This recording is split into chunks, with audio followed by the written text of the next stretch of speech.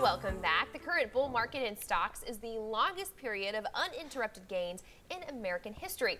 But investors wonder, is this a boom or just a bubble? Well, Fain, president of Asset Planning Corporation, joins us to look at stock market cycles with your Sunday money. Now, Paul, the first question is, when exactly did this bull market officially begin? Because it's been a while. Right, exactly. Almost a decade. So it's kind of in the ashes of the Great Recession around March 9th, 2009 is when this period of, like you said, uninterrupted market gains began. So in other words, there's not been any, perilous fall of any extended period.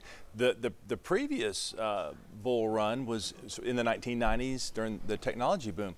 So this has been quite extraordinary. Slow, consistent, steady growth. The Dow Jones Industrial Average went from 6,500 in 2009 to almost 26,000 last week.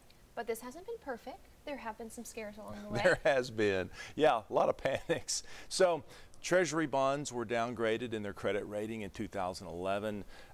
We know Britain's wants to pull out of the Eurozone. Brexit, it's called, caused a lot of fear and panic. The Chinese economy's been slowing. Oil prices a couple years ago, died from $100 a barrel to $30 a barrel. So, yeah, there's been a lot of concern.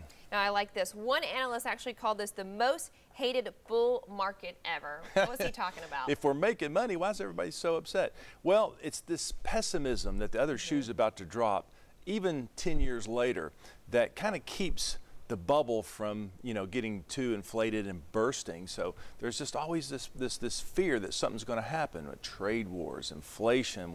I've gotten a few calls in the last month. Will the president be impeached, and how will that affect the stock market? So that fear actually kind of helps extend the bull market. Now, this market in particular, is it showing any signs of old age? There's an old saying, Leslie, that bull markets don't die of old age, they end in recessions. So I think the underlying question is, are we, on the tipping point of a recession? Most signs indicate that we're not. Unemployment's low, corporate taxes are down, corporate profits are up. Last quarter, the second quarter of this year, was the strongest quarter in years. So we're kind of marching along. So expect volatility. As soon as I say the market will go up, of course, it will go down. But things seem to be pretty stable right now.